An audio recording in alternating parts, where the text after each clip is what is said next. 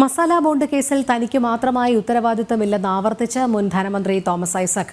എല്ലാ തീരുമാനങ്ങളും കൂട്ടായി എടുത്തതെന്നാണ് വിശദീകരണം. അതേസമയം നിയമലംഘനം ഏതെന്ന് ഇഡി വ്യക്തമാക്കണമെന്നും തോമസ് ഐസക് പത്തനംതിട്ടയിൽ പറഞ്ഞു. ഇഡിയുടെ സമൻസ് കോടതി വിധിയുടെ അന്തസ്സത്തക്കെതിരാണ്. അതുകൊണ്ട് ഇങ്ങനെയുള്ള സമൻസ് അയക്കുന്നതിന് പിൻവാങ്ങണമെന്നാണ് ആവശ്യം. അത് പിൻവാങ്ങുന്നില്ലെങ്കിൽ കോടതിയെ വീണ്ടും സമീപിക്കും. ധനമന്ത്രി ആയതുകൊണ്ടല്ലേ അതിൻ്റെ വൈസ് ചെയർമാനായിരിക്കുന്നത്, മുഖ്യമന്ത്രി ആയതുകൊണ്ടല്ലേ അതിൻ്റെ ചെയർമാനായിരിക്കുന്നത്. അത് എക്സ് ഒഫീഷ്യോ സ്ഥാനമാണ്. തീരുമാനങ്ങളൊന്നും വ്യക്തിപരമായി എടുക്കുന്നതല്ല. അതിൻ്റെ ബോർഡ് അല്ലെങ്കിൽ അതിൻ്റെ എക്സിക്യൂട്ടീവ് കമ്മിറ്റി കൂട്ടായിട്ടെടുക്കുന്ന തീരുമാനങ്ങളാണ്. അതിൻ്റെ എല്ലാ രേഖകളും നൽകിക്കഴിഞ്ഞു.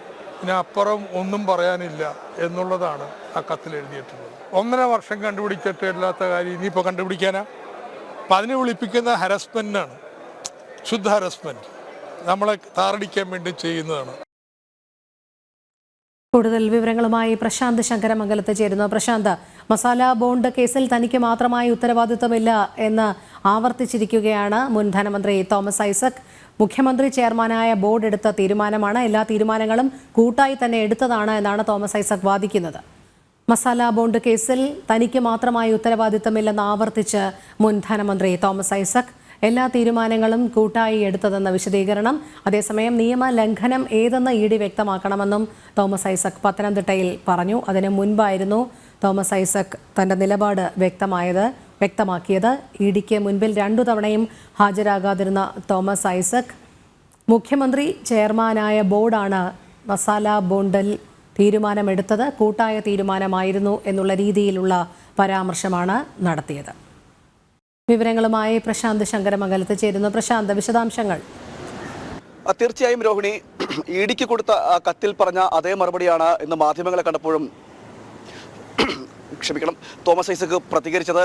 അതായത് ഈ വിഷയത്തിൽ തനിക്ക് മാത്രമായിട്ടൊരു ഉത്തരവാദിത്വം ഇല്ല എന്ന് തന്നെ ആവർത്തിക്കുകയാണ് തോമസ് ഐസക് ചെയ്തത്. മാത്രമല്ല, ഇതൊരു കൂട്ടായെടുത്ത തീരുമാനം എന്നാണ് അദ്ദേഹം പറയുന്നത്. അതായത് കൂട്ടായെടുത്ത തീരുമാനം എന്ന് പറയുമ്പോൾ ഡയറക്ടർ ബോർഡിന്റെ ചെയർമാനായിരുന്ന ആ സമിതിയുടെ ചെയർമാനായിരുന്ന മുഖ്യമന്ത്രി അടക്കമുള്ളവരെയാണ് അദ്ദേഹം തോമസ് ഐസക് ഉദ്ദേശിക്കുന്നത് എന്നാണ് നമുക്ക് മനസ്സിലാക്കാൻ കഴിയുന്നത്.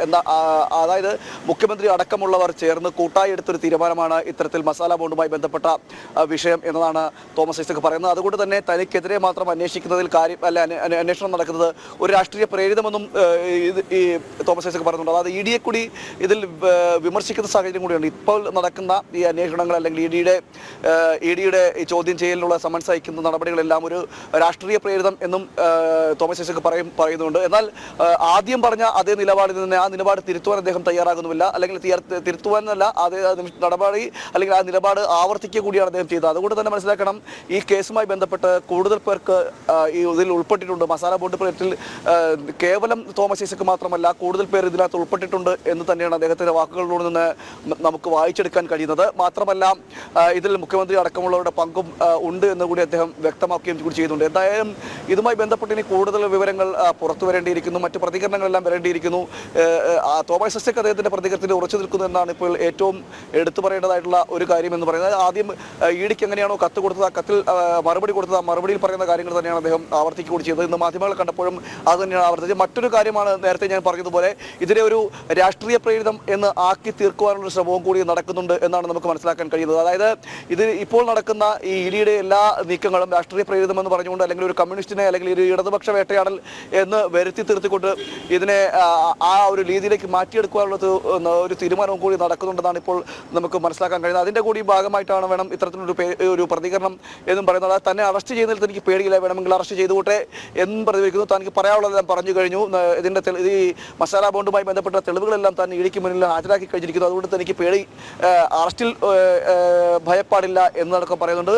അതുമാത്രമല്ല, ഇഡിയെ വെല്ലുവിളിക്കുന്ന ഒരു സമീപനവും തോമസ് ഐസക്കിന്റെ ഭാഗത്തുണ്ടായി എന്നാണ് അദ്ദേഹത്തിന്റെ വാക്കുകളിൽ നിന്നുകൂടി നമുക്ക് മനസ്സിലാക്കാൻ കഴിയുന്നത്. അതായത് ഈ കേസിൽ എന്താണ് ഇതിൽ താൻ ചെയ്ത തെറ്റ് എന്ന് ഇഡി വ്യക്തമാക്കണം, അതിനുശേഷം വേണം തന്നെ അറസ്റ്റ് ചെയ്യാൻ ചെയ്യാൻ എന്നും തോമസ് ഐസക് പറയുകയുണ്ടായി. ഇന്ന് പത്തനംതിട്ടയിൽ മാധ്യമങ്ങളെ കണ്ടപ്പോഴാണ് ഇത്തരത്തിൽ ഈ തൻ്റെ പഴയ അതായത് ഇ ഡിക്ക് അയച്ച കത്തിൽ ഏതാണോ പറഞ്ഞത് ആ നിലപാട് ആവർത്തിക്കുകയും അതുപോലെ തന്നെ ഇത്തരത്തിൽ ഇ ഡിയെ വെല്ലുവിളിക്കുന്ന ഒരു സമീപനം കൂടി എന്തായാലും രാഷ്ട്രീയ കേരളം വളരെയേറെ ചർച്ച ചെയ്യുന്നൊരു വിഷയമാണ് ഈ മസാല ബോണ്ട് കേസ് എന്ന് പറയുന്നത്. വളരെ CAG-യുടെ അടക്കം റിപ്പോർട്ടുകൾ ഈ മസാല ബോണ്ടിൽ അഴിമതിയുമായി വന്നിട്ടുണ്ട്. അതുപോലെ തന്നെ അതിൻ്റെ കൂടി അടിസ്ഥാനത്തിലാണ് ഇ ഡി എൻഫോഴ്സ്മെന്റ് ഡയറക്ടർ ഇത്തരത്തിലൊരു കേസ് എടുക്കുകയും ഒക്കെ ചെയ്തത്.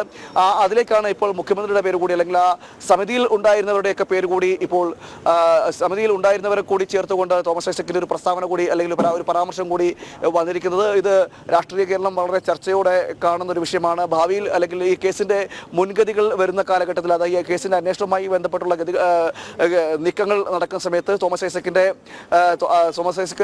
ഐസക്കുമായി ചോദ്യം ചെയ്യൽ നടപടിയിലേക്ക് കടക്കുമ്പോൾ കൂടുതൽ തെളിവുകളിലേക്കൊക്കെ വ്യക്തമാക്കും എന്നാണ് നമുക്ക് മനസ്സിലാക്കാൻ കഴിയുന്നത്. ഇതിന്റെ കൂടുതൽ പ്രതികരണങ്ങൾ ആ സമയത്ത് ഉണ്ടാകും എന്ന് വേണം നമുക്ക് മനസ്സിലാക്കാൻ കഴിയുന്നത്. എന്തായാലും വളരെ ഗൗരവമായ ഒരു വിഷയം തന്നെയാണ് ഈ മസാല ബോണ്ടുമായി ബന്ധപ്പെട്ട് ഇപ്പോൾ ഏറ്റവും പുതിയതായി പുറത്തു വരുന്നത്. കൂടുതൽ അന്വേഷണങ്ങളിലേക്ക് ഇ ഡി കടക്കുന്നുണ്ടെന്നാണ് നമുക്ക് അറിയാൻ കഴിയുന്നത്. അതുപോലെ തന്നെ മറ്റ് തോമസ് ഐസക്കിന്റെ ഭാഗത്തു നിന്നുള്ള നിസ്സഹകരണം തുടരുക കൂടി ചെയ്യുകയാണ്.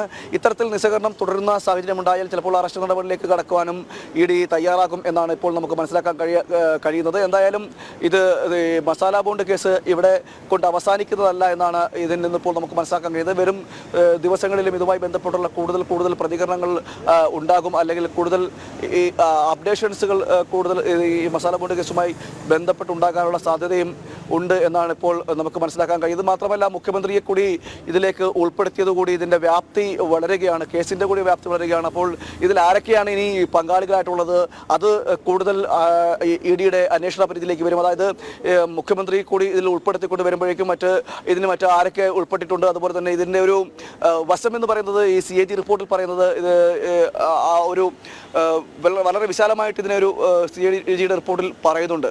അതുകൂടി കണക്കിലെടുത്ത് വരുമ്പോഴേക്കും ഈ കേസിലേക്കുള്ളൊരു മെറിറ്റ് വരുന്നത് മറ്റ് കൂടുതൽ പേരിലേക്ക് പങ്കാളികളായിട്ടുണ്ടാകാം എന്നൊരു സാധ്യത കൂടി കണക്കിലെടുത്തുകൊണ്ടുള്ള അന്വേഷണം വിപുലിക്കാനായിരിക്കും ഇ ഡിയും നീങ്ങുന്നത്. അതായത് അങ്ങനെ വരുമ്പോൾ ഈ വിഷയത്തിൽ ഇനി ആരൊക്കെയാണോ ഉൾപ്പെട്ടിട്ടുള്ളത് എന്നടക്കം രാഷ്ട്രീയ കേരളം ചർച്ച ചെയ്യപ്പെടുകയും ചെയ്യും. രോഹിണി. ശരി, പ്രശാന്ത് ശങ്കരമംഗലത്താണ് വിവരങ്ങൾ നൽകിയത്.